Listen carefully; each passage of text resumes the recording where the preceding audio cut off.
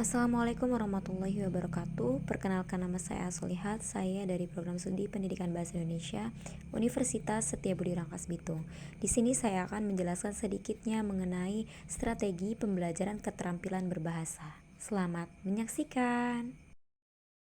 Bahasa memegang peranan penting dalam kehidupan manusia karena bahasa merupakan alat komunikasi dalam kehidupan sehari-hari.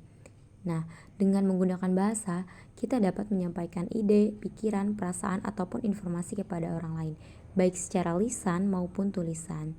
Nah, kenapa kita harus mempelajari mata kuliah keterampilan berbahasa? Karena dengan mempelajari mata kuliah ini, kita dapat mengetahui strategi apa saja yang harus kita lakukan untuk melakukan kegiatan keterampilan berbahasa ini. Menurut Brown, ada 8 jenis strategi dalam keterampilan menyimak.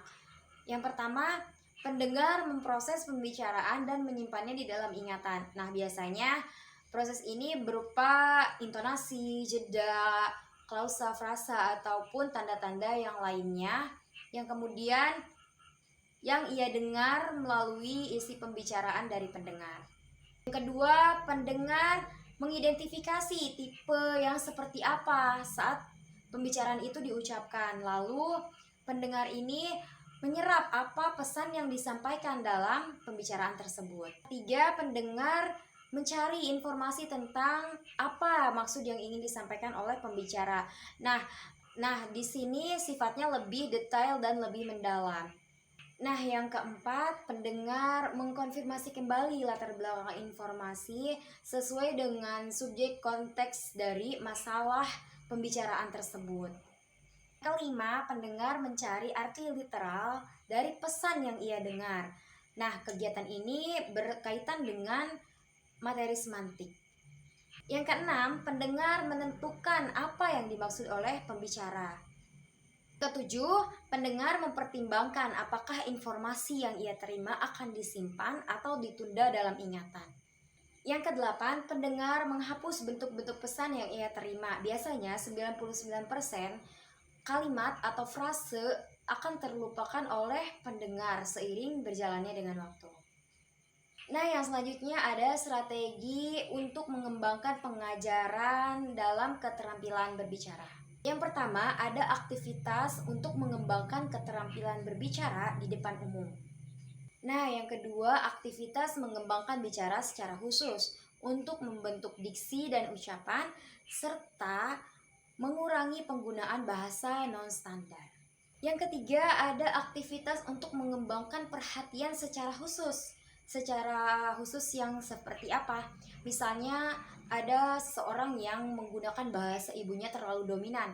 Lalu ada seseorang yang mungkin mengalami kejiwaan yang terlalu berlebihan sehingga membutuhkan perhatian yang khusus untuk menangani masalah-masalah tersebut. Lalu selanjutnya ada strategi pembelajaran keterampilan membaca. Nah, melalui apa strategi pembelajaran keterampilan membaca ini? Anak peserta didik bisa kita berikan selembar soal atau pilihan ganda ataupun esai. Nah, di dalam soal ini kita berikan soal-soal yang mengecoh jawaban siswa tersebut sehingga dapat meningkatkan membaca sang peserta didik.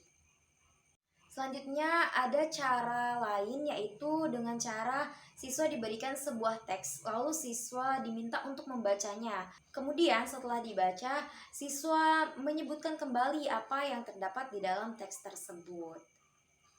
Lalu siswa menganalisis hal-hal apa saja, hal penting ataupun mungkin yang tidak perlu disampaikan di dalam teks tersebut.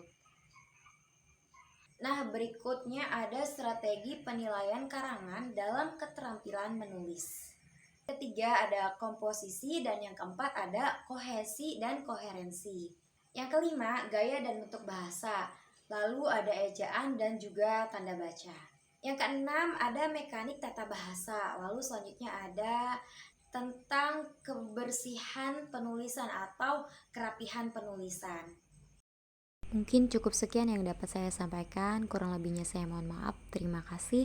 Wassalamualaikum warahmatullahi wabarakatuh.